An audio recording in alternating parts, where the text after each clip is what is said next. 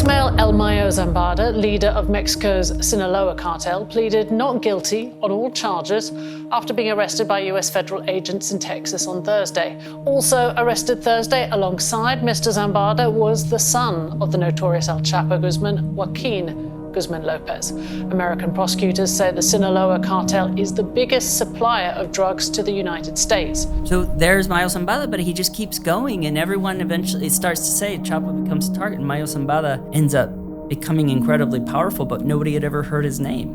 Well, what we do know is that Mayo Zambada was in touch with US government officials. And so for this to happen with the most important drug lord of the past 40 years, like, forget about El Chapo, forget about like all of these different drug lords, Ovidio Guzman, people like in recent years.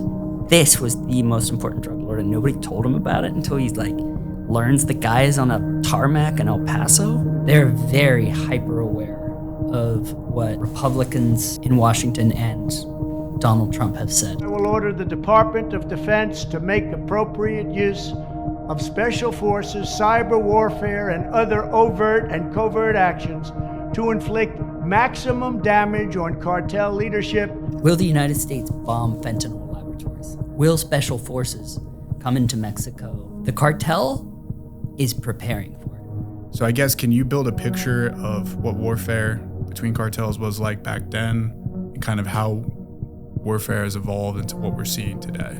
The cartels have become extraordinarily militarized, not only in their weaponry, but in their training. It's one thing what the cartels try to keep in the mountains between each other, you know, and that's where they use perhaps some of their highest caliber weaponry that they don't want to be known publicly because it's a massive escalation. And the Mexican government then has to respond to it and things like that. We're talking about like shoulder-fired missiles, Gatling guns, like miniguns. You know, I mean, I did reporting on this, and I had a number of people tell me about, you know, shoulder-fired missiles, including the Javelin. I mean, it allows them extraordinary control over a country, you know? And now they're starting to use landmines, like a ton of landmines. They will line roads with landmines. They're blowing up military convoys with them. I mean, essentially like, you know, a truck with like 4 or 5 soldiers gone.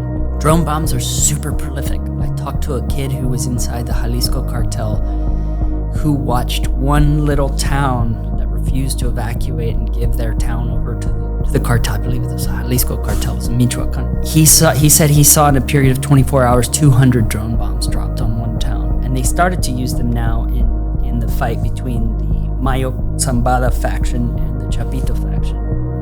In that war, there's a mountainous pueblo in the state of Guerrero. Lawlessness up there. Nobody's going to look out for these people, essentially. I mean, it's really hard for the military to even get in there. It's so dangerous.